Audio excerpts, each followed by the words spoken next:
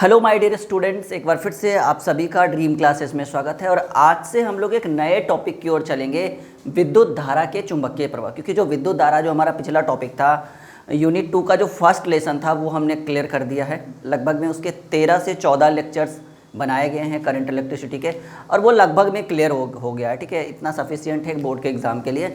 और आज जो हम पढ़ेंगे विद्युत धारा के चुंबकीय प्रवाह। नाम देखिए, विद्युत धारा के चुंबकीय प्रवाह। मतलब इस चैप्टर में हम जो पढ़ने वाले हैं वो है कि विद्युत धारा चुंबकीय प्रभाव उत्पन्न करती है। उस चीज़ को हमें यहाँ पर बताना है और अच्छे से समझाना है। एक वैज्ञानिक थे जिनका नाम था ऑस्ट्रेड। उनके प्रयोग के द्वारा इस चीज़ को क्लियर किया गया कि हाँ, विद्युत धारा चुंबकीय प्रभाव को उत्पन्न करती है। और ये ऑस्ट्रेड जो है, इन्होंने इस बात को कब प्रूव किया? 1820 ईस्वी में इन्होंने अपनी प्रयोगशाला में। हालांकि ये बाय मिस्टेक प्रयोग हुआ, लेकिन बिल्कुल अच्छा साबित हुआ और आगे चल के ये पूरे इतिहास को बदल के रख चुका है। ठीक है, तो वेरी गुड इवनिंग, सभी का एक बार फिर से स्वागत है आज के इस स्पेशल क्लास में। और इस टॉपिक को हम शुरू करने से पहले, यानी विद्युत धारा के चुंबकीय प्रभाव को शुरू करने से पहले हम आपको कुछ टॉपिक्स बताएंगे। सभी स्टूडेंट जल्दी जल्दी से हमारे साथ जुड़ जाइएगा। हम आपको पढ़ाएंगे सदिशों का अदिश गुणनफल, इसको हम लोग कहते हैं डॉट प्रोडक्ट। और ये जो पढ़ाएंगे, हम आपको पढ़ाएंगे सदिशों का सदिश गुणनफल, इसको हम कहते हैं क्रॉस प्रोडक्ट। क्योंकि देखिए, ये टॉपिक इस चैप्टर को शुरू करने से पहले हमें ये दो टॉपिक अच्छे से पढ़ना है। मुश्किल से 10 से 15 मिनट का ये टॉपिक होगा, फिर हम इस चैप्टर में घुस जाएंगे। यानी ये आज का जो क्लास है ये काफ़ी लंबा होने वाला है। पहले हम डॉट प्रोडक्ट अच्छे से समझा देते हैं आपको, क्रॉस प्रोडक्ट समझा देते हैं, फिर हम लोग चैप्टर में एंट्री कर जाएंगे। सभी लोग जुड़ गए हमारे साथ? बिल्कुल, चलिए शुरू करते हैं। सदिशों का सदिश गुणनफल, इसको हम कहते हैं डॉट प्रोडक्ट। ठीक है, इसको हम क्या कहेंगे जी? डॉट प्रोडक्ट कहेंगे। इसको आप ऐसे लिख सकते हो, डॉट प्रोडक्ट। देखो, ये जो है ना, ये इसमें हम आपको प्रूव करेंगे कि दो सदिशों का गुणनफल जो होता है, डॉट प्रोडक्ट जो होता है, वो अदिश होता है। और इसमें हम प्रूव करेंगे कि दो सदिशों का क्रॉस प्रोडक्ट जो होता है वो सदिश ही होता है। कैसे? जैसे मानकर चलो, आपने पढ़ा होगा कि A vector dot B vector, पढ़ा है या नहीं पढ़ा आपने पढ़ा होगा ए वेक्टर डॉट बी वेक्टर। आपको भी पता है, हमें भी पता है कि होता है ए बी कॉस थीटा, हाँ या ना? A vector dot B vector is equal to A B cos theta, हाँ या ना? आप इसको ऐसे भी लिख सकते हो, थोड़ा अगर लंबा करना चाहे, मॉड में इसको A vector dot B vector फिर से dot cos theta is equal to A B cos theta, हाँ या ना? सभी लोग बताएंगे क्या इस चीज़ को हम बोल सकते हैं ऐसे? A vector dot B vector is equal to A B cos theta. ठीक है, अब देखो इसको हम किस तरह से जो है ग्राफ के थ्रू इसको बनाएंगे। ग्राफ नहीं, इसको हम कह सकते हैं, सॉरी, मतलब ये फिगर के रूप में इसको कैसे बनाएंगे। देखो, मानकर चलते हैं अक्ष के थ्रू, ग्राफ नहीं, इसको अक्ष के थ्रू मान सकते हो। कैसे? मानकर चलो कि ये केंद्र बिंदु है, यहाँ से 3 अक्ष गया है। एक को हम x बोल देते हैं, ये y बोल देते हैं, और ये z बोल देते हैं। ठीक है, x y z हो गया। इसको हम i, इसको हम कहेंगे, इसको हम इस x अक्ष को जो है, सॉरी, ये z अक्ष को जो है, इसको हम i कैप से, ये कैप हो गया जी। ठीक है, ये क्या हो गया? कैप हो गया, ये वेक्टर का सिंबल है। इसको i से डिनोट कर सकते हैं, इसको j कैप से आप डिनोट कर दो, और इसको आप क्या कर दो? k कैप से डिनोट कर दो, मानकर चलो। ठीक है, अब सिंपल सी बात है कि यहाँ का जो एंगल होगा, ये आपको लग रहा है कि ये 90 डिग्री का एंगल होगा। यहाँ पर जो एंगल होगा, मानकर चलते हैं ये भी 90 डिग्री का। इसको मैं ऐसे बनाता ना तो ज़्यादा बढ़िया रहता। एक सेकेंड, ये छोटा सा मिस्टेक हो गया है, इसको हम ऐसे बनाएंगे। सभी लोग जुड़े रहिए हमारे साथ, काफ़ी अच्छी चीज़ें आज हम लोग सीखने वाले हैं। एक्स बाई जेड, और इसको हम किस कैप से डिनोट कर रहे हैं? आई कैप से डिनोट कर रहे हैं, ये जो जेड। हाँ, तो यहाँ 90 डिग्री का एंगल होगा। ठीक है, और यहाँ भी जो होगा वो 90 ही होना चाहिए। मानकर चलिए, मैंने फिगर थोड़ा सा टेढ़ा बनाया है, आप इसको क्या बनाओ? 90 बनाओ। और यहाँ पर भी जो होगा वो कितने डिग्री का एंगल बन रहा है? 90 डिग्री। थोड़ा सा फिगर टेढ़ा हो गया, कोई बात नहीं, 90 डिग्री का एंगल मानकर चलो। ठीक है, यहाँ तक क्लियर है? यहाँ तक क्लियर है?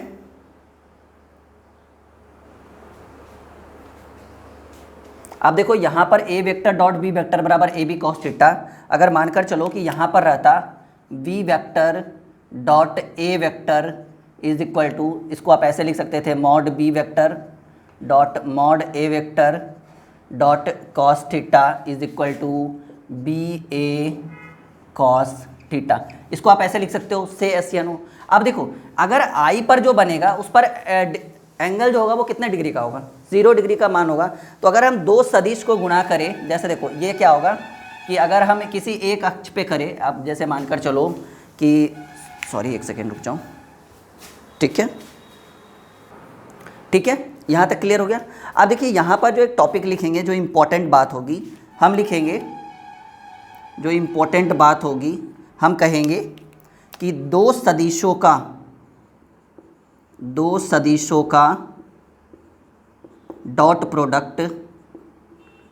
प्रोडक्ट हमेशा, अभी देखिए ये बेसिक सीख रहे हैं जी, अभी हम इस टॉपिक पर आए नहीं है, क्योंकि सबसे जैसे ही हम इस टॉपिक पर आएंगे विद्युत धारा के चुंबकीय प्रभाव पर, सबसे पहले हम किस वैज्ञानिक का डिस्कस करेंगे, ऑस्ट्रेड लॉ के बारे में पढ़ेंगे, ऑस्ट्रेड के प्रयोग के बारे में पढ़ेंगे, जो 1920 सन 1920 ईस्वी में, सॉरी 1820 सन 1820 ईस्वी में की गई थी। इसको थोड़ा बड़ा लिखे, बच्चों को हो सकता है ये ना दिखें, तो हम कहेंगे इम्पॉर्टेंट बात आप लिखो पहले अपनी कॉपी में कि दो सदिशों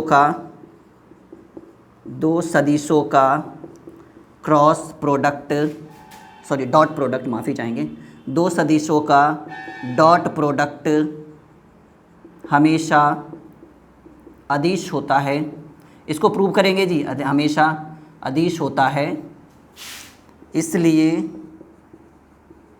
इसे हम सदिश का अदिश गुणनफल कहते हैं, सदिशों का अदिश गुणनफल कहते हैं। अब देखिए सवाल है कि सर कैसे, हाउ इज दिस पॉसिबल कि दो सदिशों का जो डॉट प्रोडक्ट है वो हमेशा अदिश कैसे होता है। मानकर चलिए कि दो प्रोडक्ट हम मानकर चलते हैं, दो सदिशों का डॉट प्रोडक्ट हमेशा अदिश कैसे होता है, इस चीज़ को मानकर चलिए। तो जैसे मानकर चलिए कि आई प्रोडक्ट को हम अगर ले, आई वेक्टर को ले, तो I vector dot I vector is equal to, देखो यहाँ पर I vector dot I vector, अब देखो यहाँ पर जो होगा, यहाँ पर आप इसको, इस चीज़ को थोड़ा सा और अच्छे से समझो कि अभी हमने लिखा कि V vector dot A vector, या कहिए इसको आप ऐसे लिखो कि A vector dot we vector is equal to, हमने अभी लिखा ए बी कॉस थीटा, ठीक है, A vector dot we vector is equal to A B cos theta. और यहाँ पर अगर थीटा की जो वैल्यू है, थीटा की वैल्यू जो है अगर हम 1 मान ले, ठीक है, थीटा की वैल्यू अगर हम 0 डिग्री मान लें, सॉरी, तो A vector dot we vector बराबर A B cos 0 degree. Sine 0 का मान 0 होता है, लेकिन कॉस 0 का मान जो होता है, कॉस 0 का जो मान होता है, कॉस 0 डिग्री का जो मान होता है वो हमेशा 1 होता है। साइन 0 का 0, कॉस 0 का मान, यानी A vector dot we vector is equal to हम क्या लिख सकते हैं, ए बी, और कॉस 0 का मान 1 होता है, तो A vector dot we vector is equal to A B होगा यहाँ से, ठीक है, यहाँ से क्या होगा, ए बी होगा। तो दो सदिशों का डॉट प्रोडक्ट हमेशा अदिश राशि होता है, इसलिए हम इसे सदिशों का अदिश गुणनफल कहते हैं। और या इससे रिलेटेड कुछ बातें अगर हम सीखें, जैसे मानकर चलिए कि सभी का डॉट प्रोडक्ट हम निकालते हैं, ठीक है, सभी का जो है वो हम डॉट प्रोडक्ट निकालते हैं, यानी आई का, आई जे का, जे के का, के जे का, सबका अलग अलग डॉट प्रोडक्ट निकालते हैं, ठीक है, समझिए इस चीज़ को। तो मानकर चलिए कि आई वेक्टर डॉट आई वेक्टर का अगर हम क्रॉस प्रोडक्ट निकालें, ठीक है, आई वेक्टर डॉट आई वेक्टर का क्रॉस प्रोडक्ट निकाले, यहाँ पर आप ऐसे लिख दो आई वेक्टर, ठीक है। अब ये देखो क्रॉस प्रोडक्ट हम आपको निकालने के लिए सिखा रहे हैं, कैसे सीखेंगे, पॉइंट टू बी नोटेड, अच्छे से समझना। आई वेक्टर डॉट आई वेक्टर करेंगे तो जब ये दोनों आई एक ही सतह पर है, ठीक है, तो थीटा की वैल्यू कितना, 0 डिग्री, यानी कॉस 0 का मान कितना होगा, 1 होगा, यानी आई गुने आई जो होगा वो कॉस 0 डिग्री, यानी यहाँ पर जो वैल्यू होगा वो 1 होगा, हाँ या ना। यानी आई वेक्टर डॉट आई वेक्टर का डॉट प्रोडक्ट अगर निकालेंगे तो वैल्यू 1 होगा, क्योंकि कॉस 0 डिग्री, क्योंकि यहाँ पर जो एंगल बनेगा ये दोनों आई एक ही पर है ना जी, तो यहाँ पर जो मान होगा वो कॉस 0 का मान 1 होगा। अब मानकर चलिए कि हम अगर सिर्फ जे वेक्टर डॉट जे वेक्टर, ठीक है, इसका क्रॉस प्रोडक्ट निकालेंगे, डॉट प्रोडक्ट निकालेंगे, तब भी 1 होगा।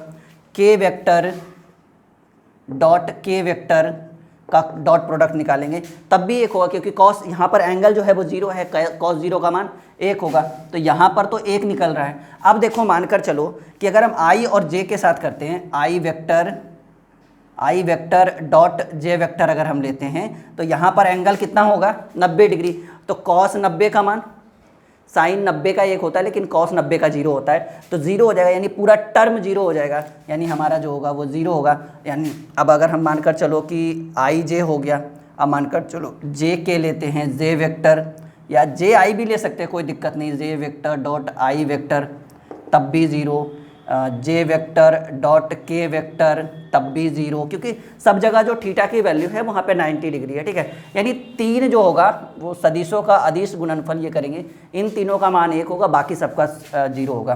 के वेक्टर डॉट आई वेक्टर अगर हम करेंगे तब भी 0, आई वेक्टर डॉट के वेक्टर करेंगे तब भी 0, और कौन सा बच रहा है जी, और कोई बच रहा है, के जे और के किया हमने, के और जे कर दो आप, के वेक्टर डॉट जे वेक्टर, इसका भी मान क्या होगा 0 होगा। यानी यहाँ पर आपका क्लियर हो गया कि जब समान रहेगा दोनों, क्योंकि थीटा की वैल्यू 0 डिग्री होती है और कॉस 0 का मान 1 होगा, तो हमारा यहाँ पर 3 की वैल्यू है, बाकी सबका 0 होगा।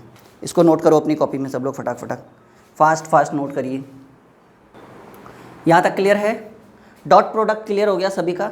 यानी डॉट प्रोडक्ट में जो वैल्यू 1 किसका आएगा, जो तीनों समान रहेगा, आई वेक्टर डॉट आई वेक्टर की वैल्यू 1, जे वेक्टर डॉट जे वेक्टर की वैल्यू 1, के वेक्टर डॉट के वेक्टर की वैल्यू 1, तो इन तीनों की वैल्यू 1 होगा। बाकी जितने भी टर्म एंड कंडीशन आएंगे, बाकी जितने भी टॉपिक्स आएंगे डियर स्टूडेंट्स, सबकी वैल्यू क्या होगी 0 होगी। आई जे हो, जे के हो, के एल जे आई हो, आई जे हो, आई के हो, कोई भी हो, सब ऑल इक्वल जो है वो क्या होगा, ऑल जो होगा 0 होगा, सिर्फ इन तीनों को छोड़ के। यानी क्रॉस प्रोडक्ट में याद रखना है कि दो सदिशों का डॉट प्रोडक्ट हमेशा जो है वो एक अदिश राशि आता है, इसलिए इसे हम सदिशों का अदिश गुणनफल कहते हैं। अब हम लोग सदिशों का क्रॉस प्रोडक्ट सीखते हैं, सदिशों का सदिश गुणनफल। इसको हम मिटा दें, नोट कर लिया होगा अपनी कॉपी में। अब देखो सदिशों का सदिश गुणनफल, इसमें जो होता है ना, इसमें क्या कंडीशन होता है, यहाँ पे हमने लिखा था कि A vector dot V vector, यहाँ हम लिखेंगे ए वेक्टर क्रॉस बी वेक्टर, तो इसका जो वैल्यू बनेगा ए वेक्टर डॉट की जगह पर हम क्या लिखेंगे, क्रॉस बी वेक्टर। इसके बाद इसका जो हो जाएगा मॉड ए वेक्टर गुणे मॉड बी वेक्टर और गुणे कॉस थीटा के जगह पर हम क्या रखेंगे, साइन थीटा रखेंगे। यानी A vector cross B vector की जो वैल्यू होगी वो ए बी साइन थीटा होगा, ठीक है। नोट कर लो जी अपनी कॉपी में, ये जो होगा वो हमारा ए बी साइन थीटा होगा, ना कि हमारा ए बी कॉस थीटा होगा। और थीटा की वैल्यू हम 3 तरीके से पता है आपको कि 0 भी रख सकते हैं, 90 भी रख सकते हैं, ठीक है। तो हम इसको एक फिगर के थ्रू आपको बना कर दिखा देते हैं, ठीक है। यहाँ तक क्लियर है? चलो बिल्कुल सेम वही करेंगे जैसे हमने फिगर उस टाइम बनाया था। सबको आ रहा है समझ में? यहाँ भी 90 डिग्री का एंगल, यहाँ भी 90 डिग्री का एंगल, और यहाँ भी मानकर ही चलो, ठीक है। हालांकि मैं थोड़ा सा ऐसे देखो, फिगर सही बने या ना बने, लेकिन एंगल हमको 90 डिग्री ही मानना है, ठीक है। अब हमने इसको क्या माना था जी, इसको हमने माना था x, इसको हमने माना था कुछ भी मान लो y, इसको हमने माना था z, ठीक है। इसको हमने क्या माना था, z माना था, या कुछ भी मान लो, अब कोई दिक्कत नहीं है। इसको हम आई कैप के थ्रू डिनोट करते हैं, जे कैप के थ्रू डिनोट करते हैं, और ये आप इसको के कैप के थ्रू डिनोट कर लो, ठीक है। यहाँ तक क्लियर है? क्लियर है यहाँ तक? बिल्कुल समझो इस चीज़ को। अब क्या करना है कि अब जो है सदिशों का सदिश गुणनफल हम कैसे ज्ञात करेंगे, इस चीज़ को हमें सीखना है अच्छे से। सदिशों का सदिश गुणनफल याद रखिएगा कि सदिशों का अदिश गुणनफल में एक किसकी वैल्यू आएगी, एक वो हमारा है सेम रहेगा। तब इसमें देखो अलग है, इसमें क्या होगा, जैसे मानकर चलो कि इसमें हम कैसे सीख सकते हैं, ठीक है। निकालना सीखिए, मानकर चलिए एक टॉपिक हम बनाते हैं, निकालना सीखिए कि कैसे हम सीखेंगे। देखो कुछ ही देर में हम लोग सीखेंगे, अभी तुरंत हम लोग ऑस्ट्रेड लॉ पे आ जाएंगे। ऑस्ट्रेड का जो प्रयोग है, किस तरह से प्रयोग होता है, लंबा क्लास चलने वाला है, मिस मत करना, ठीक है। तो निकालना सीखिए, क्रॉस प्रोडक्ट निकालना सीखिए। जैसे मानकर चलिए कि अभी हमने डॉट प्रोडक्ट निकालना सीखा, जिसमें हमें 3 को दिखा, I cap dot I cap is equal to 1, J K, ये तीनों का जो है वो हमारा निकल गया। अब जो है वो हम क्रॉस प्रोडक्ट निकालना सीखेंगे। जैसे मानकर चलो कि पहले जो है वो हम आई कैप गुणे आई कैप इसका निकालते हैं। तो मानकर चलिए कि आई कैप गुणे आई कैप करेंगे तो यहाँ पर क्या होगा, आई कैप इंटू आई कैप इंटू साइन थीटा।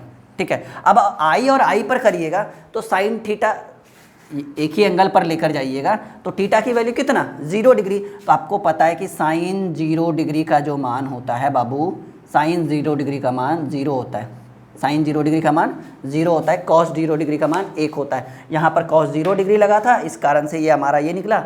यहाँ पर साइन 0 निकला है तो साइन 0 का मान 0 होता है, यानी ये पूरा टर्म कंडीशन ये पूरा 0 हो जाएगा, पूरा हमारा क्या हो जाएगा, 0 हो जाएगा। यानी आई डॉट आई कैप गुणे आई कैप की जो वैल्यू होगी वो 0 होगा। यानी सिंपल सी बात है। अब जे कैप गुणे जे कैप करते हैं हम लोग, ठीक है, तो सिंपल सी बात है कि J dot J into sine, यहाँ डॉट नहीं यहाँ इंटू का साइन लगाएंगे, माफ़ी चाहेंगे छोटा सा, ठीक है।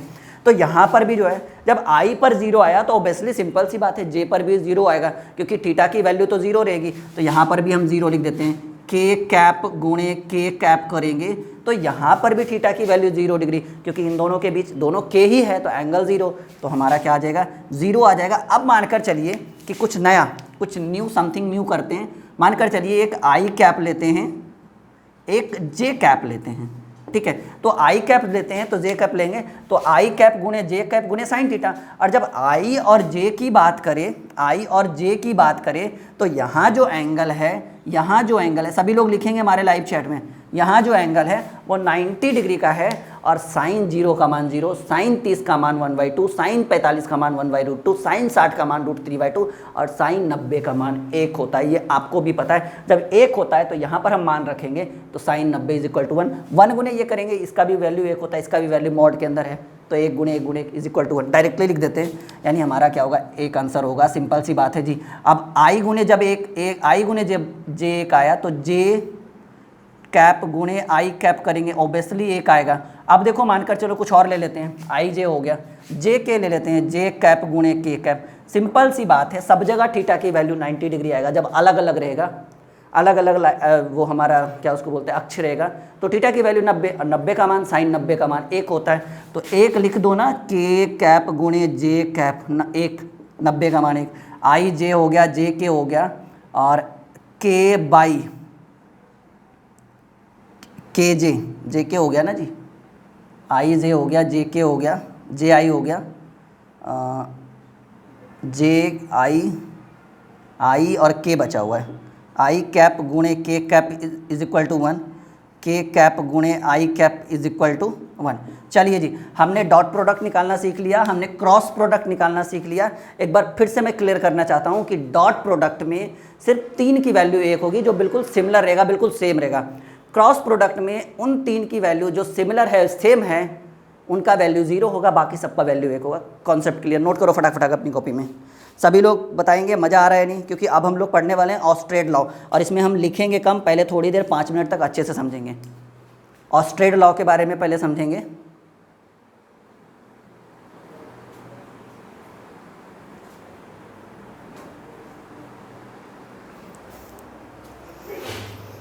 अच्छा चलिए, क्लियर है, मज़ा आ रहा है, कॉन्सेप्ट क्लियर है। अच्छा, आपने एक चुंबकीय सुई का नाम सुना है? ये हो गया होगा सबका। आज स्पेशल क्लास है, अगर छूट गया तो छूट गया, क्योंकि आज से हम लोग कर रहे हैं विद्युत धारा के चुंबकीय प्रभाव, ठीक है, अध्याय 6 क्लास 12 फिजिक्स, ठीक है। यूनिट 1 में 4 चैप्टर थे, मैंने छोटे छोटे पार्ट्स में उन्हें बना दिया। यूनिट 2 में जो हमारा दूसरा चैप्टर है, जिसको हम लोग 4, 2, 6 कह सकते हैं, अध्याय 6 कह सकते हैं, आज हम लोग शुरू करते हैं। ये तो हमारा 11th का ही टॉपिक था जी, ये तो हमारा 11th का ही था। डॉट प्रोडक्ट, क्रॉस प्रोडक्ट, ये तो हमें 11th में ही पढ़ना था। अच्छा, हम इसको लिख सकते हैं कि 2 सदिशों का क्रॉस प्रोडक्ट सदिश होता है, ठीक है। लिख लो यहाँ पर, पहले लिख लो कि 2 सदिशों का क्रॉस प्रोडक्ट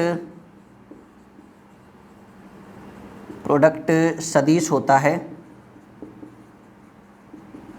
इसलिए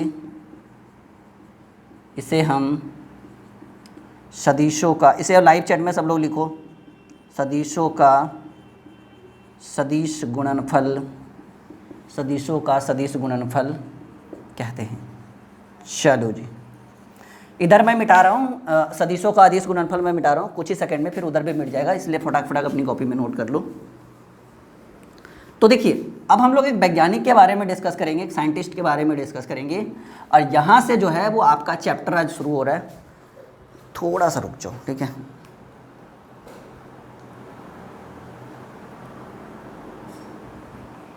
चलो क्लियर है, अब मैं स्टार्ट करता हूँ।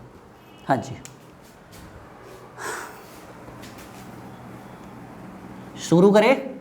यहाँ से जो है वो आपका आज का टॉपिक शुरू हो रहा है, विद्युत धारा के चुंबकीय प्रभाव। मतलब आज हम इस टॉपिक में, आज के क्लास में हम क्लियर करेंगे कि विद्युत धारा जो है वो चुंबकीय प्रभाव उत्पन्न करती है। एक देखो, पहले नंबर फर्स्ट ऑफ ऑल कि विद्युत धारा है क्या। विद्युत धारा, करंट इलेक्ट्रिसिटी, हमने पढ़ा था बचपन में 9-10 में पढ़ा था कि आवेश की प्रवाह की दर को, आवेश के प्रवाह की दर को, आवेश के प्रवाह की दर को विद्युत धारा कहते हैं। से यस या नो, विद्युत धारा। हालांकि इस चीज़ को मुझे शुरू ऊपर में लिखना चाहिए था, रुक जाइएगा। विद्युत धारा है क्या, विद्युत धारा तो हमने पढ़ा था डियर स्टूडेंट। क्या ये आपको स्क्रीन पे दिख रहा है विद्युत धारा जो लिखा हुआ है, क्या ये आपको स्क्रीन पे दिख रहा है? हाँ, मिला जुला कर चलो दिख जाएगा। तो हमने कहा कि आवेश के प्रवाह की दर को, जहाँ से आवेश जो है वो गमन कर रहा है, आवेश के प्रवाह की दर को विद्युत धारा कहते हैं, विद्युत धारा कहते हैं। ये आपने 9-10 में पढ़ा होगा शायद, विद्युत धारा कहते हैं। दूसरा, चुंबक, चुंबक, इसका मतलब क्या हो गया? इसके बारे में हमने पढ़ा था बचपन में, बहुत सालों से जान रहे कि जो लौह युक्त वस्तुओं को, सिंपल बात कर रहा हूं मैं, मतलब एकदम सिंपल सा छोटा लेवल पर, जो लौह युक्त वस्तुओं को अपनी ओर आकर्षित करे,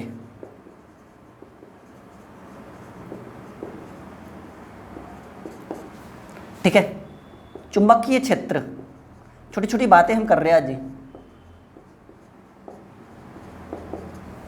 चुंबकीय क्षेत्र, चुंबकीय क्षेत्र में हमने क्या पढ़ा था कि चुंबक के चारों ओर का वह क्षेत्र जहां हमें यह अनुभव होता है कि कोई चुंबक किसी वस्तु को अपनी ओर आकर्षित कर रहा है, मानकर चलो लौहयुक्त वस्तुओं को। तो ये जो टर्म था, ये जो विद्युत धारा था, ये एक अलग टॉपिक था, और ये जो चुंबकीय क्षेत्र था ये एक अलग टॉपिक था। यानी चुंबक और विद्युत धारा का दूर दूर से कहीं कोई कनेक्शन नहीं था। समझो इस बात को, हमारी बात को। ये मैं 100 साल पहले की बात कर रहा हूँ, 150 साल पहले की बात कर रहा हूँ, ठीक है। ये कब की घटना है? ये जो मैं बात कर रहा हूँ ये 1820 से पहले की घटना बोल रहा हूँ मैं, मतलब 1800, 100-200 साल पहले की बात, ठीक है। सन 1820 से पहले की बात कर रहा हूँ कि जब बड़े बड़े साइंटिस्ट का कहना था कि चुंबक एक अलग चीज़ है, चुंबक एक अलग पदार्थ है, और विद्युत धारा जिससे आवेश के प्रवाह की दर को हम विद्युत धारा कहते हैं, जिससे आवेश गमन होता है। तो दोनों अलग अलग चीज़ें थी, दोनों का एक दूसरे से कोई कनेक्शन नहीं था। लेकिन ये कनेक्शन कब बना? ये कनेक्शन बना 1820 में। एक वैज्ञानिक थे जिनका नाम था ऑस्ट्रेड, ठीक है। ऑस्ट्रेड नामक एक वैज्ञानिक थे, इन्होंने जो है पूरे इतिहास को बदल दिया। समझो इस चीज़ को कैसे। आपने एक कंपास का नाम सुना है? हम इसको एक कंपास बनाते हैं पहले, यहाँ पे समझिएगा इस चीज़ को। आज अभी लिखाएंगे बहुत कम, समझाएंगे बहुत ज़्यादा, ठीक है। मानकर चलो कि ये कंपास है। कंपास में आपने सुना होगा कि एक सुई होती है, वह सुई जो होती है वो एक चुंबकीय सुई होती है।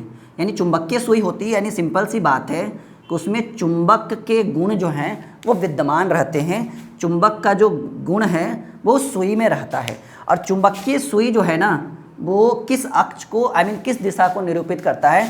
उत्तर और दक्षिण, ठीक है। उत्तर और दक्षिण दिशा की ओर, यानी चुंबक की सुई जो है उत्तर दिशा की ओर होती है, और उसका पीछे वाला सिरा जो होता है इसको हम कहते हैं दक्षिण दिशा, इसको हम हिंदी में कह सकते हैं कंपास, ठीक है, इसको हम कह सकते हैं कंपास, साथ में कह सकते हैं दिशा सूचक यंत्र।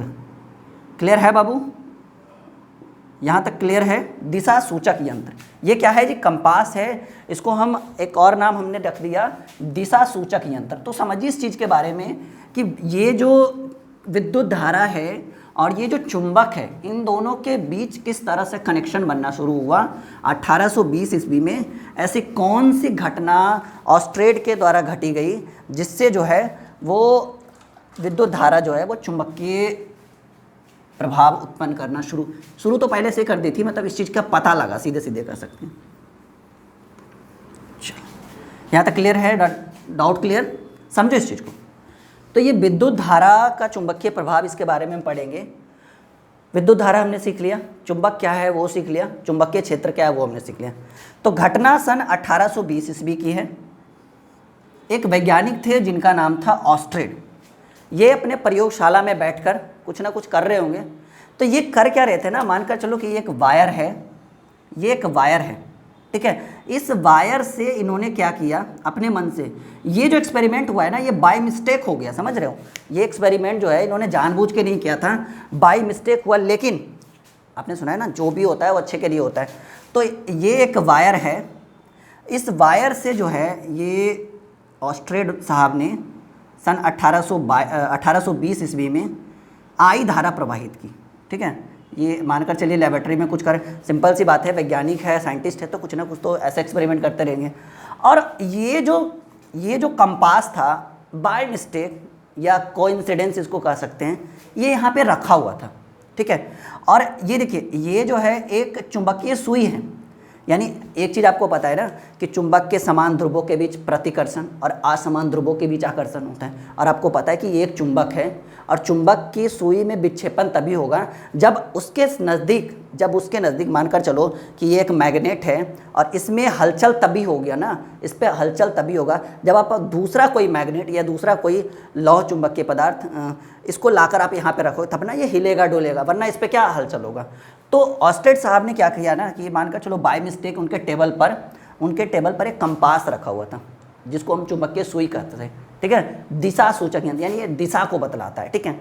तो इन्होंने कंपास रखा और कंपास में एक सुई होती है जो बिल्कुल मैग्नेट यानी चुंबक की बनी होती है और इसका ऊपरी सिरा जो है यानी ये किस चीज़ को डिनोट करता है, उत्तर और दक्षिण दिशा को डिनोट करता है। तो ऑस्ट्रेड साहब ने क्या कर दिया ना कि एक धारावाही चालक तार को यहाँ पे रखा, बाय मिस्टेक गलती से धारावाही चालक तार को अब इन्होंने यहाँ पे रखा और इस धारावाही चालक तार में धारा प्रवाहित की। और ये कौन सी धारा प्रवाहित हो रही है जी? आई धारा प्रवाहित हो रही है।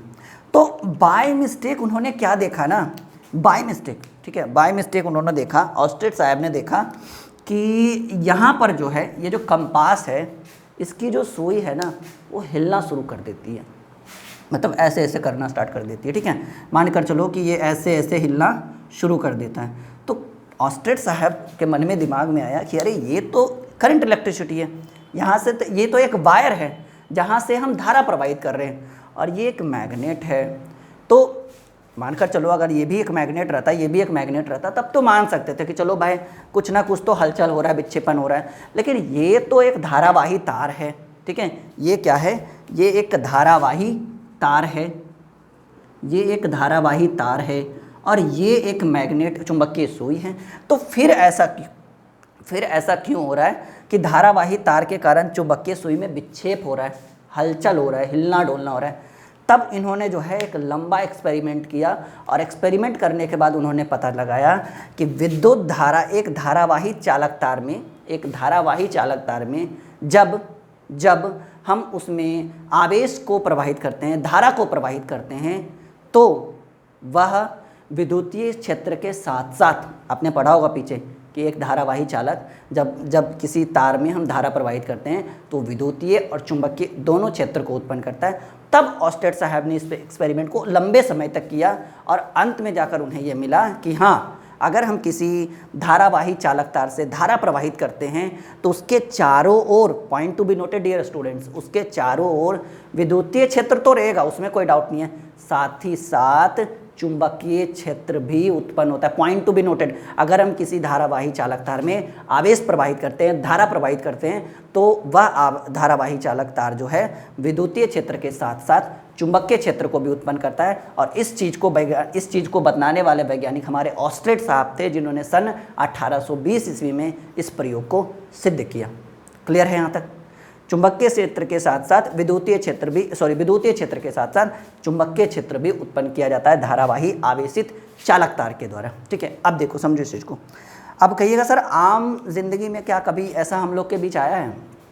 मैं बताता हूँ। कभी आपने एक नंगी वायर देखी है, 1100 वाली, जो एकदम मोटी सी वायर होती है, गांव वगैरह में जाते रहते। अभी तो कवर लग गया है, लेकिन अभी जो है ना, पहले कुछ साल पहले एकदम बिल्कुल नंगी वायर होती थी। तो आप क्या करो ना, आप अगर उसके नज़दीक जाते हो थोड़ा सा, या आपकी कोई फैमिली में कोई फैमिली मेम्बर जो हेड है, वो बोलेंगे कि बाबू उस वायर के नीचे से मत जाओ। वो जो है ना, वो आपको अपनी ओर खींच सकता है। या आप ऐसे भी ले लो कि जैसे चुंबकीय क्षेत्र नहीं रहता, तो हम वायर को टच करते हैं तो हमारे हाथ में क्यों सट जाता है, लगता है कि एकदम बिल्कुल नहीं। तो हमारे अंदर भी आवेश है एक तरह का, तो वो जो है वो अर्थिंग बोलते हैं ना, वो लेने के बाद। तो इस तरह के एक्सपेरिमेंट्स को जो है ऑस्टेट साहब ने बताया था। चलिए, यहाँ तक क्लियर है? सभी लोग बोलेंगे सबको समझ में आ रहा है, हाँ या ना? सभी लोग बोलेंगे सबको समझ में आ रहा है, हाँ या ना? से एस या नो डियर स्टूडेंट्स। तो हम आगे बढ़ेंगे। अब आगे बढ़े। बहुत अच्छे अच्छे टॉपिक्स को हम आज कवर कर रहे हैं, और ये आपके एग्ज़ाम के लिए बहुत इंपॉर्टेंट है। चलिए आगे बढ़ते। तो ये हमारा हो गया विद्युत धारा के चुंबकीय प्रभाव, कि हाँ, विद्युत धारा विद्युतीय क्षेत्र के साथ साथ चुंबकीय क्षेत्र भी उत्पन्न करता है, जो उसको अपनी ओर आकर्षित करता है। क्लियर है? क्लियर है? पूछेगा ये इस प्रयोग को किसने किया था? ऑस्टेड ने किया था। कैसे कैसे किया मैंने बता दिया कि टेबल पर एक कंपास की सुई रखी हुई थी, कंपास रखा हुआ था, उन्होंने एक धारावाही आवेशी चालक तार लिया जिसमें धारा प्रवाहित की, तो पता चला कि तार में आवेश जाने के कारण ये जो है, इसकी सुई जो है वो हिलना डुलना, हलचल आ गई, विक्षेप आ गया। तो उन्होंने समझा कि अच्छा, ये जो है धारावाही चालक तार, यानी हम तार में आवेश प्रवाहित करेंगे तो मैग्नेट चुंबकीय क्षेत्र पर, क्योंकि देखो इसमें चुंबकीय क्षेत्र है तब तो ये चुंबक को ही चुंबक में हलचल ला रहा है, वरना अगर इसमें चुंबकीय क्षेत्र उत्पन्न ना होता तो चुंबक ही चुंबक को विक्षेपित कर सकता है, उसमें हलचल ला सकता है। आप चुंबक के बगल में ऐसे ऐसे उंगली करो, कोई फर्क नहीं पड़ता है, ठीक है। लेकिन एक लोहा लेके जाओ, ऐसे ऐसे करो, वो हिलना शुरू कर देगा, ठीक है। चलो अब जो है मेन टॉपिक अब हम लोग लिखेंगे। ये तो हमारा बेसिक थ्योरी था, अब हम लोग इसके बारे में, अब आप लोग हेडिंग बनाइए चुंबकीय क्षेत्र। सभी लोग हेडिंग बनाएंगे जल्दी जल्दी से, चुंबकीय क्षेत्र। सभी लोग हेडिंग बनाएंगे। बेसिक आज हमारा बहुत लंबा होने वाला है आज का क्लास, कोई बात नहीं, क्योंकि ऐसे भी बीच बीच में क्लासेस रुकी हुई रहती है, तो आज लंबा ही कर लेते हैं, एक ही दिन बहुत कुछ सीख लेंगे, आराम आराम से बच्चा पढ़ते रहेगा। हेडिंग लगाओ चुंबकीय क्षेत्र, हेडिंग लगाओ चुंबकीय क्षेत्र। फिर ऑस्टेड साहब के बारे में भी लिखेंगे। पहले आप लोग हेडिंग बनाओ चुंबकीय क्षेत्र, मैग्नेटिक फील्ड। एक था इलेक्ट्रिक फील्ड, विद्युतीय क्षेत्र, लेकिन हमें फिलहाल चुंबकीय क्षेत्र पढ़ना है। चुंबकीय क्षेत्र इसको कहते हैं magnetic field, magnetic field. Okay dear students, तो ये हम लोग अध्याय 6 पढ़ रहे हैं, मानकर चलिए। तो हालांकि बुक वगैरह में इलेक्ट्रोस्टैटिक्स का 2 ही चैप्टर देता है, पर हमने उसको 4 पार्ट में बांट दिया, छोटे छोटे पार्ट्स में। तो कहेंगे कि किसी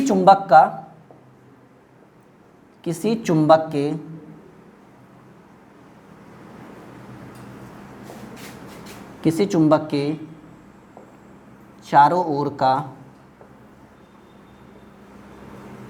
वह क्षेत्र, किसी चुंबक के चारों ओर का वह क्षेत्र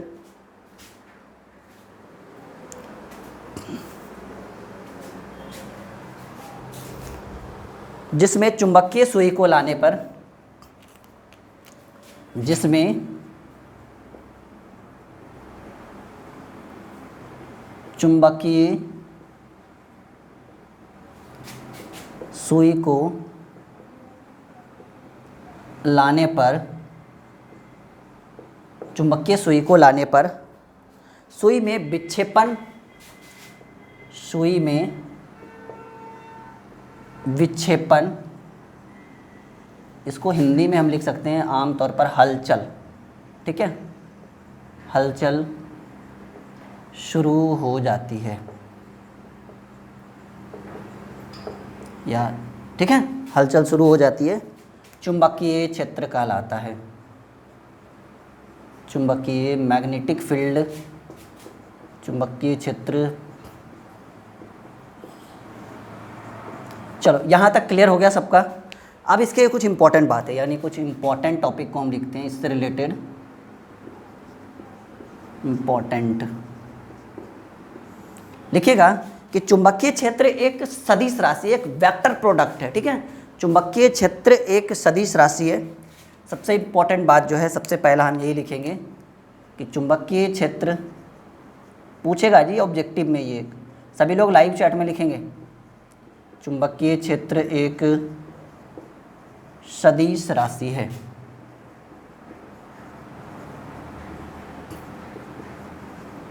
चुंबकीय क्षेत्र एक सदिश राशि है। दूसरा लिखेंगे कि इसका एसआई मात्रक जो है वो टेस्ला होता है, जिसको हम टी से डिनोट करते हैं। चुंबकीय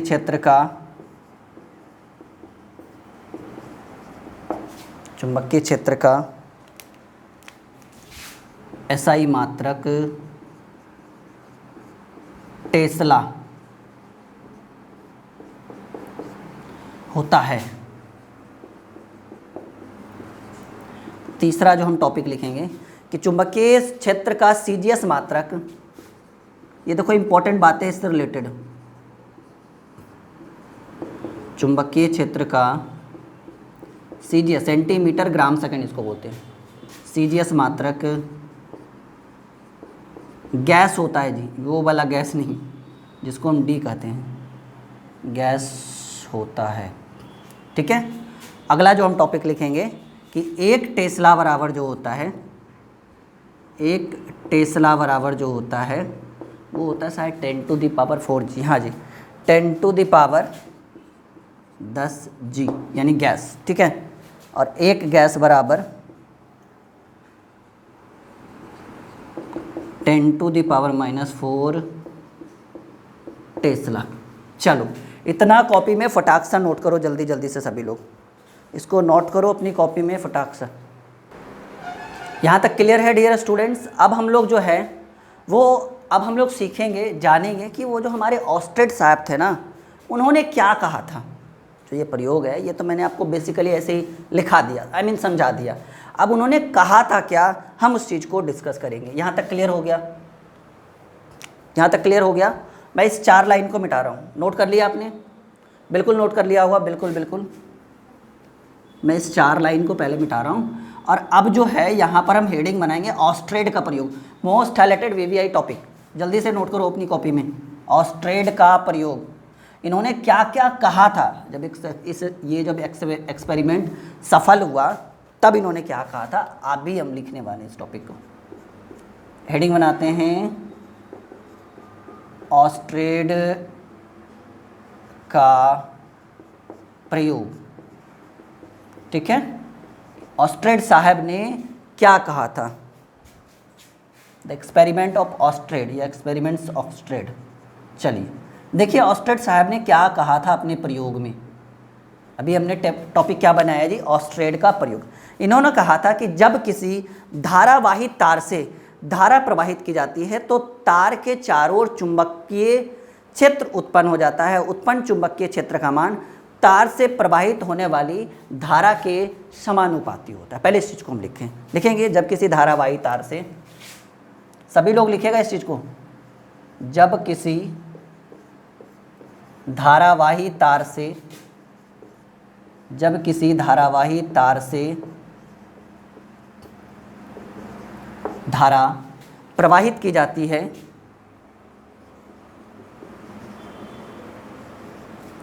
धारा प्रवाहित की जाती है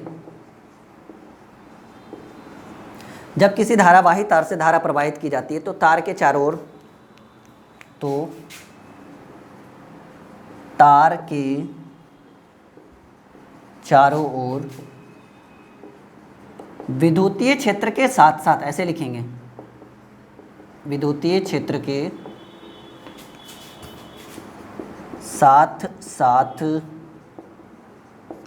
ये मैं यहाँ पे वीवीआई कर देता हूँ पहले, पता नहीं बच्चा इसको हल्के मेरे लिए हो सकता है। विद्युतीय क्षेत्र के साथ साथ चुंबकीय क्षेत्र उत्पन्न हो जाता है। ठीक है, विद्युतीय क्षेत्र के साथ साथ चुंबकीय क्षेत्र भी उत्पन्न हो जाता है।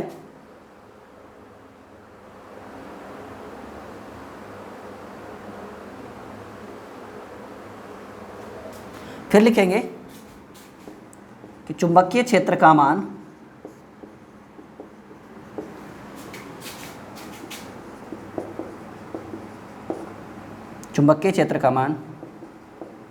तार से प्रवाहित होने वाली, सभी लोग लिखेगा जी इस चीज़ को अपनी कॉपी में, तार से प्रवाहित होने वाली धारा के समानुपाती होता है।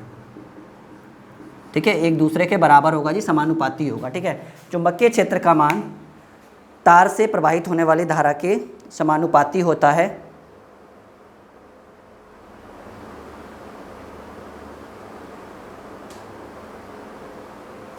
फिर ऑस्टेड साहब ने कहा था कि जब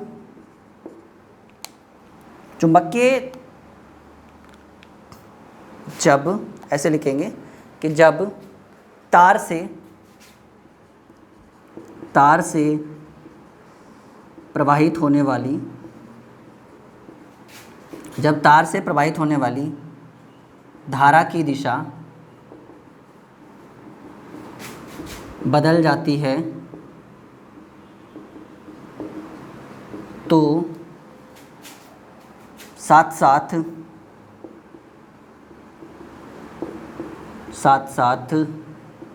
चुंबकीय क्षेत्र की दिशा भी बदल जाएगी, यानी ये डिपेंड करेगा धारा पे। ठीक है, चुंबकीय क्षेत्र की दिशा भी बदल जाती है और इस प्रयोग को ऑस्टेड का प्रयोग कहा जाता है। इसलिए या ऐसे लिखेंगे, तथा इस प्रयोग को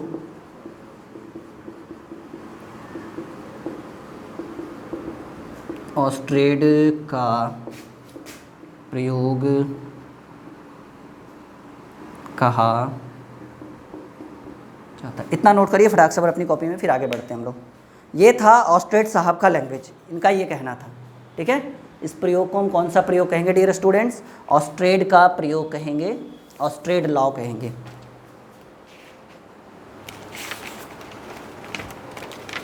यहाँ तक क्लियर है सभी का?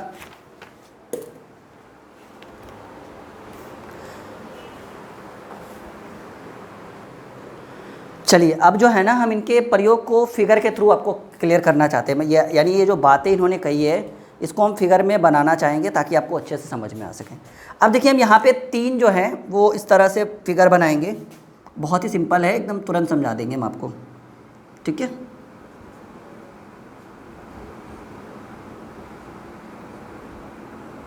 फर्स्ट फिगर हमारा ये हो गया। सबको अच्छे से समझाएंगे, बिल्कुल टेंशन मत लो। अभी पहले मैं फिगर बना लूँ, उसके बाद समझा देंगे। ठीक है,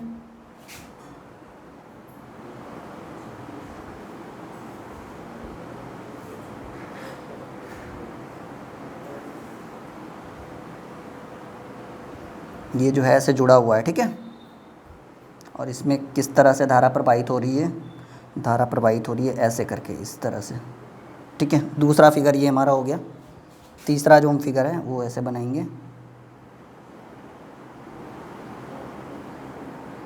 कुंजी जुड़ी हुई है एक दूसरे से।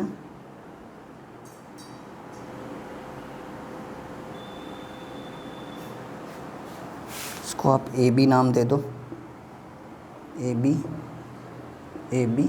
ठीक है, नाउ ये ऐसे जाएगी, देन ऐसे, फिर ऐसे।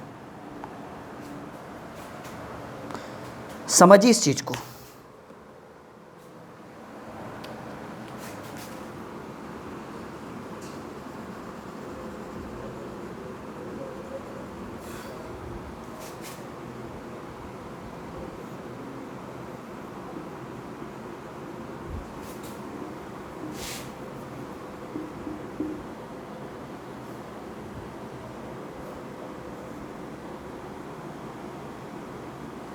क्या इतना फिगर दिख रहा है आपको स्क्रीन पे? इसको हम कहेंगे experiment number first, second, third. क्या ये दिख रहा है आपको स्क्रीन पे? मैं देख लेता हूँ एक बार, फिर हम लोग टॉपिक पे डिस्कस करते हैं। हाँ जी, बिल्कुल दिख रहा है। आप इस चीज़ को समझो, ठीक है। ये क्या क्या हुआ है, जैसे मानकर चलो कि ये सेल है, बैटरी है, ठीक है, सेल वगैरह लगा रखा है, और इसमें जो है ना, इसमें कोई धारा जो है वो प्रवाहित नहीं हो रहा है, शून्य है। और ये जो है ना, ये क्या है, ये चुंबकीय सुई है जी, ये आपकी चुंबकीय सुई है। तो हमने पहले क्या किया कि हमने इसमें कोई धारा प्रवाहित नहीं की। देखो ये बैटरी जो, ये जो प्लग है ये बिल्कुल खुला हुआ है, यहाँ पर जॉइंट है ये, ठीक है, और ये भी जॉइंट है, यानी इन दोनों से धारा प्रवाहित हो रही है। तो जब फर्स्ट एक्सपेरिमेंट में हमने देखा कि जब एक बैटरी को हमने लिया, सेल को लिया, और इसमें, ठीक है, वायर के थ्रू, मतलब बना तो दिया सब कुछ, लेकिन ये बिल्कुल खुला हुआ है, यानी हमने इसमें कोई धारा प्रवाहित नहीं किया, लेकिन इसमें धारा हो रही है प्रवाहित, इसमें भी धारा हो रही है प्रवाहित, बिल्कुल हो रही है, ठीक है, क्लियर है। हाँ, तो हमने क्या देखा कि जब इसमें कोई धारा प्रवाहित नहीं हो रही है तो चुंबकीय सुई के दिशा में, चुंबकीय सुई में कोई विक्षेपण नहीं हुआ, ये बिल्कुल ऐसे ही है जैसे पहले था, बिल्कुल वैसे ही। सेकंड में हमने क्या देखा कि इसमें धारा प्रवाहित हो रही है, सेल को बैटरी से हमने अच्छे से, बैटरी को हमने अच्छे से जोड़ दिया, और यहाँ पर एक चुंबकीय सुई को जब रखा तो हमने देखा कि धारा इस तरह से हम प्रवाहित कर रहे हैं, ठीक है, ऐसे प्रवाहित कर रहे हैं, ऐसे आ रही है धारा प्रवाहित हो रही है और इस ओर जा रही है। तो हमने देखा कि जिस ओर धारा जा रही है, पॉइंट टू बी नोटेड, जिस ओर धारा जा रही है उधर ही चुंबकीय सुई उधर ही विक्षेपित हो गई, उधर की ओर अपना चेहरा बना लिया, ठीक है। धारा ऐसे आई और ऐसे जा रही है, इसमें भी धारा प्रवाहित हो रही है, लेकिन इसमें हमने क्या देखा कि धारा ऐसे ना जाकर ऐसे जा रही है। समझो इस चीज़ को, धारा यहाँ से ऐसे आई और ऐसे जा रही है। तो हमने क्या देखा कि धारा जो है वो चुंबकीय सुई के की जो दिशा है उसके विपरीत दिशा की ओर आ रही है। तो ये जो है वो आगे वाली जो इसकी चुंबकीय सुई का जो विक्षेपित जो दिशा है, मीन जो आगे वाला एरिया है वो नीचे की ओर आ जाता है, यानी ये विक्षेपित, ये जो है जस्ट विपरीत हो गया, जैसा कि यहाँ पर कहा गया है कि, हाँ, यहाँ पर कहा गया है कि चुंबकीय क्षेत्र का मान तार से प्रवाहित होने वाली धारा के समानुपाती होती है, यानी जिधर धारा प्रवाहित होगा चुंबकीय क्षेत्र की, कंपास की जो सुई है, कंपास, ये चुंबकीय क्षेत्र नहीं, माफ़ी चाहेंगे, कंपास बोल सकते हैं इसको, जिधर चुंबकीय जिधर धारा प्रवाहित हो रही है कंपास की सुई उधर ही जाएगी। अब धारा इधर प्रवाहित हो रहा है तो कंपास की सुई नीचे हो गई। ये जो था ये ऑस्ट्रेट का एक्सपेरिमेंट था, और ये वेरी वेरी इंपॉर्टेंट है डियर स्टूडेंट। यहाँ पे एक छोटा सा वर्ड मैंने मिस्टेक कर दिया, चुंबकीय सुई, इसको आप हम लोग कंपास भी बोल सकते हैं, ठीक है, बाकी सारा कुछ ठीक है। तो ये ऑस्ट्रेट लॉ था। कल कुछ नए टॉपिक्स को कवर करेंगे। उम्मीद है कि आज का ये लंबा क्लास बहुत मज़ा आएगा, बड़ा इंटरेस्टिंग लगा होगा। शेयर कर दीजिएगा, सब्सक्राइब अगर आपने नहीं किया है ड्रीम क्लासेस को कर लीजिएगा। ड्रीम क्लासेस का लर्निंग ऐप जरूर डाउनलोड करिएगा प्ले स्टोर से, ताकि इस तरह की फैकल्टीज़ हम कंटिन्यू आपके लिए प्रोवाइड कर सकें, और इस तरह की वीडियो, इस तरह के लाइव क्लासेस कंटिन्यू हम आपके लिए लेकर चले, और हमारा जो टारगेट है सिलेबस ख़त्म करने का वो हम आपके सोच से पहले ही ख़त्म कर दें। Okay dear students, bye bye.